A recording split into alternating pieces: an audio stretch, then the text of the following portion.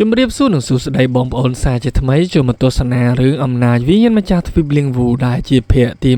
117ចាប់ផ្ដើមរសាយរឿងបន្ទាប់ពីម្ចាស់អាណាចក្រភ្លើងបិសាចទាំង9ចាប់ក្របួយព្រឹត្តិការណ៍ខ្មោចបិសាចជាប់គាត់ក៏បានណែនាំខ្លួនខ្ញុំឈ្មោះថា Lee Wen Hao ដែលគឺជាម្ចាស់អាណាចក្រភ្លើងបិសាចទាំង9មូលហេតុដែលខ្ញុំមកទីនេះដើម្បីមកទទួលមរតកអធិរាជបិសាចដាប់ដៃគ្រើបកំទេចនៅរាងកាយរបស់ព្រឹត្តិការណ៍ខ្មោចបិសាចខ្ទេចដោយឈិនធានក៏បានតបទៅវិញពិតជាគួរឲ្យសោកស្ដាយខ្លាំងណាស់ព្រោះថាអ្វីគ្រប់យ៉ាងដែលលោកចង់បានគឺនៅជាមួយនឹងខ្ញុំពេលនោះសម្លេងរបស់អធិរាជជាងឡាក៏បាននិយាយប្រាប់អាឡែតអំណាចធម្មពលវិញ្ញាណបរិសុទ្ធរបស់គេនៅកម្រិតទី8មើលទៅឯងមិនងាយដោះស្រាយជាមួយនឹងគេនោះទេដោយព្រឹត្តិការណ៍ម្នាក់ក៏បានលើកឡើងថាមើលទៅលោកគឺជាមនុស្សដែលនៅពីខាងក្រោយបញ្ជារឿងទាំងអស់នៃវិមានស្រងមកលងឹតដែលបានធ្វើរឿងអាក្រក់ជាច្រើនលីវិនហៅក៏បានតបត្រូវហើយខ្ញុំគឺជាអ្នកនៅពីខាងក្រោយនឹងផ្ដល់អ្វីគ្រប់យ៉ាងរួមទាំងអំណាចអាក្រក់ជាច្រើនទៅវិមានស្រងមកលងឹតហើយប្រសិនបើមានអ្នកណាមិនធ្វើតាមបញ្ជារបស់ខ្ញុំពួកគេនឹងត្រូវខ្លាចជាកាកសំណល់ដូចជាក្រដាសត្រូវភ្លើងឆេះអញ្ចឹងបន្ទាប់ពីនិយាយចំនេះក្លាហានប្រមាណនៅក៏បានសម្រុកចូលទៅប៉ុន្តែលីវ៉ាន់ហើយគ្រាន់តែក្រវិតដៃតែបន្តិចសាយភារចំហាយធម្មពលវាប្រហារធ្វើនេះរស់គ្នាក៏បានធ្លាក់មកខាងក្រោមវិញ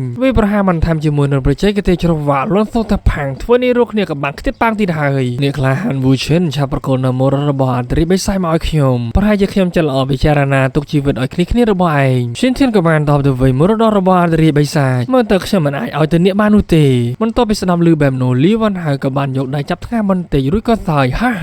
ាមិនអីនោះទេដូច្នេះមានតែសម្រាប់នេះរកគ្នាទាំងអស់តែប៉ុណ្ណោះដែលគាត់ក៏បានប្រើប្រាស់បច្ចេកទេសវិញ្ញាណបិសាចលេងឡើងយ៉ាងធំសម្បើមជាមួយនឹងសម្ពាធធម្មពលដ៏ខ្លាំងក្លាធ្វើនេះរកគ្នាទប់រងមិនបានមានការជិះចុកចាប់យ៉ាងខ្លាំងយីរងនាងក៏បានលន់មាត់វាហាក់បីដូចជាមានអ្វីមួយកំពុងតែកើតឡើងនៅក្នុងខួរក្បាលរបស់ខ្ញុំវាពិតជាឈឺខ្លាំងណាស់សូម្បីតែសម្ពាធនៃធម្មពលកែភ្នែកវិញ្ញាណបិសាចរបស់ខ្ញុំក៏ពួកឯងមិនទប់ទល់បានផងប៉ុន្តែសម្ដីរបស់ឯងពិតជាក្លាហានខ្លាំងណាស់ដោយព្រឹត្តិការណ៍ម្នាក់ដែលនៅក្បែរគាត់ក៏បានបន្ថែមទៀតលោកម្ចាស់បង្រៀននៅមេរៀននៅពួកវាបានដឹងភ្លាមទៅថាផ្លូវទៅកាន់ឋាននរកគឺវាបែបណាបន្ទាប់មកនិកាយលៀងធានរបស់ពួកវានឹងស្ថិតនៅក្នុងក្រោមការស្ដាប់បង្គាប់របស់ពួកយើងទៀតងាកមកកាន់និកាយលៀងធានដែលពេលនេះមនុស្សម្នាជាច្រើននៃនិកាយឡោសើក៏បានមកឡំព័ន្ធនៅទីនោះសម្លឹងទៅពីខាងលើដោយសារតែចូលមានរួយព្រោះថានិកាយលៀងធានត្រូវបានគ្របដណ្ដប់ដោយចំហាយធម្មពលនៃខាការពារដ៏ក្រាស់ក្រែលពេលនោះចំហាយធម្មពលដ៏ខ្លាំងក្លាបានបង្ហាញខ្លួនឡើងគឺជាព្រឹត្តិការណ៍ម្នាក់បាននិយាយថាអំណាចធម្មពលនៃខាការពារកម្រិតទី7វាពិតជាស័ក្តិសមជាមួយនឹងខ្ញុំដែលមកធ្វើសកម្មភាពដោយផ្ទាល់ពេលនោះព្រឹត្តិយាយូវូសងក៏បានធ្វើការគោរពពេលនេះមានអ្នកខ្លាំងពីរនាក់នៅក្នុងនិកាយលៀងធានដែលពួកគេបានមកពីអាណាចក្រទឹកដីបុរាណប្រសិនបើពួកយើងពញាពេលយូរពេកខ្ញុំខ្លាចថានឹងមានអ្វីមួយកើតឡើងជាមិនខានហើយនេះហើយបានជាខ្ញុំសូមអញ្ជើញចាស់ព្រឹត្តិការណ៍ឲ្យចេញពីភ្នំដើម្បីមកចាត់ការដោយផ្ទាល់ដោយព្រឹត្តិការណ៍ម្នាក់នោះក៏បានតបទៅវិញ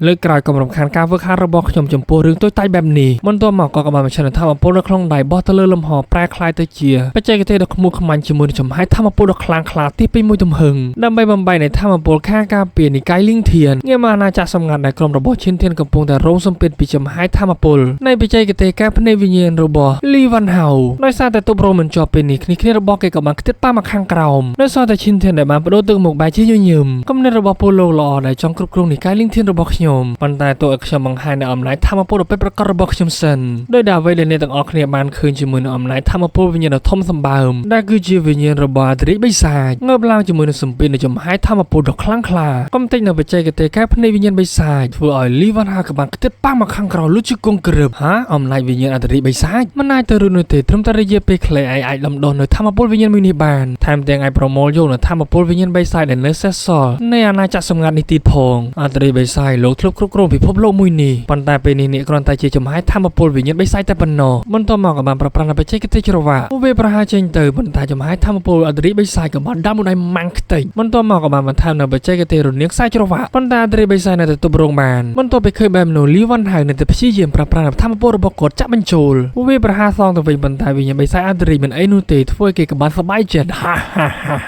វាពិតជាដំណើរការបានសម្រេចមែនលោកខ្ញុំលីវ៉ាន់ហើយនឹងសាកល្បងជាមួយនឹងអធិរាជបិសាចនៅក្នុងថ្ងៃនេះបញ្ចេញនៅបច្ចេកទេសខ្សែច្រវាក់ជាច្រើនរបស់គេឡើងមកខាងលើលំហបន្ទាប់ពីឃើញបែបនោះឈិនធានក៏បាននិយាយពិតជាល្អខ្លាំងណាស់ដែលឯងអាចធ្វើឲ្យខ្ញុំបញ្ចេញនៅបច្ចេកទេសធម្មពលភ្លើងបិសាចទាំង9ត្រូវតែស្ដាប់បង្គាប់បង្ហាញនៅអំណាចដ៏ខ្លាំងក្លារបស់ពួកឯងឡើងមកពេលនោះយើងក៏បានឃើញចំហាយធម្មពលនាគរីភ្លើងបិសាចទាំង9ក៏បានលេចឡើងចំនួន3ក្បាលក៏វាដៃបញ្ជាចេញទៅវាប្រហារលីវ៉ាន់ហាក៏បានបន្ថែមជាមួយនឹងបច្ចេកទេសខ្សែសង្វាក់របស់គេទប់រងជាមួយអំណាចធម្មពលភ្លើងបិសាចនាគរីទាំង9ប៉ុន្តែវាមិនគ្រប់គ្រាន់តែត្រូវបានខ្ទុះទាំងបែកខ្ទេចធ្វើនេះរកគ្នានៅទស្សនាក៏មានការភ្ញាក់ផ្អើលទៅនេះជាអំណាចនៃមរតករបស់អធិរាជបិសាចមែនទេវាពិតជាខ្លាំងណាស់ទីចេញទៅទីជាមួយនឹងបច្ចេកទេសនាគរីលេតរបាក់ឋានស៊ូធ្វើឲ្យលីវ៉ាន់ហាក៏បានប្រញ្ញាប្រប្រាស់នៅខាការ ពីទុបរងប៉ុន្តែវានៅតែមិនគ្រប់គ្រាន់ដោយសារតែឈិនធាក៏បានបន្ថែមជាមួយនឹងចំហាយធម្មពលថែមម្ដងហើយម្ដងទៀតថែមទៅវិញទៅមកប៉ុន្តែលីវ៉ាន់ហៅពេលនោះត្រូវបានស៊ីមួយចំហាយធម្មពលដ៏ខ្លាំងក្លាខ្ទាបមកខាងក្រោមអំណាចដែលនៅសេសសល់របស់បេសាយអាឌរីនៅទីបំផុតវាក៏មានកម្រិតធម្មពលខ្លាំងក្លា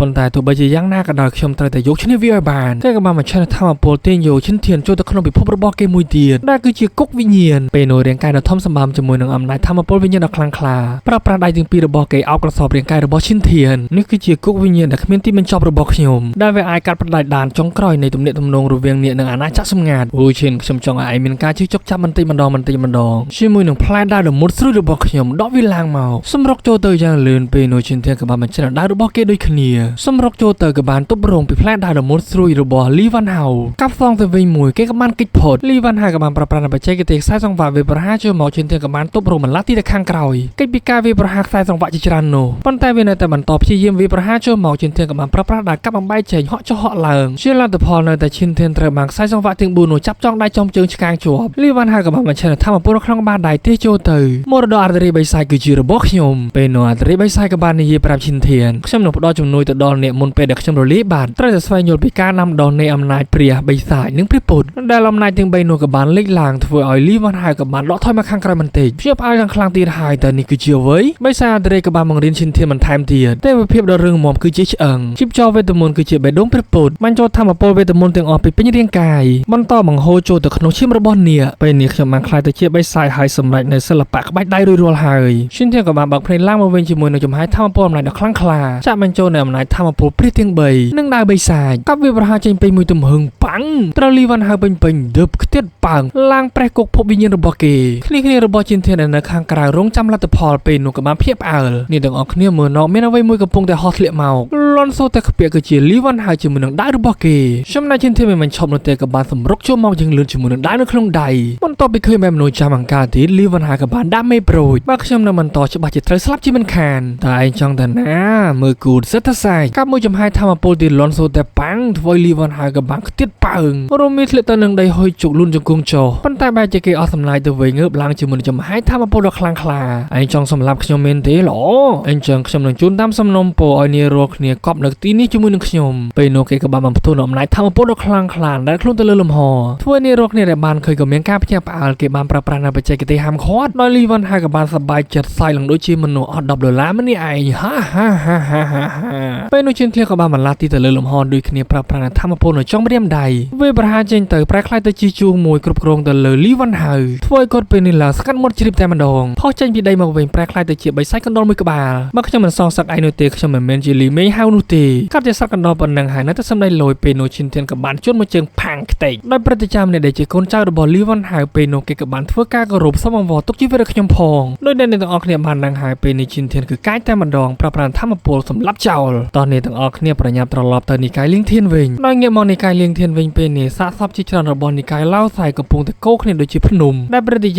ចារនិងយុនកំពុងតែនិយាយគ្នាដែលនឹងបានសរសើរពីថ្នាំវិញ្ញាណដែលឈិនធានបានឲ្យវាពិតជាអាចដាក់នៅធម្មពលធ្វើឲ្យពួកយើងឆ្លងកម្រិតបានពេលនោះឈិនធានក៏បានមកដល់ត្រូវតែប្រមូលផ្ដុំសិស្សទាំងអស់នៃនិកាយលៀងធានតាមខ្ញុំធ្វើដំណើរទៅច្រកទ្វារនិកាយឡៅសៃនឹងហើយដោយឈិនធានធ្លាប់បាននិយាយគំនុំត្រូវតែសងសឹកទោះ10ឆ្នាំក៏មិនយឺតពេលដែរឲ្យតែបងប្អូនទាំងអស់គ្នានៅតែជួយគាំទ្រ admin ចុច like ចុច comment និងចុច sub ដាក់សញ្ញាកណ្ដឹងម្នាក់មួយផងដើម្បីជាកម្លាំងចិត្តឲ្យ admin ធ្វើវីដេអូបន្តបន្ទាប់ជូនអ្នកទាំងអស់គ្នាទស្សនាព្រោះថាភាគនេះក៏ត្រូវបានបញ្ចប់ជាពេលវេលាដែល admin ក៏សូមជម្រាបលាដែរបាយ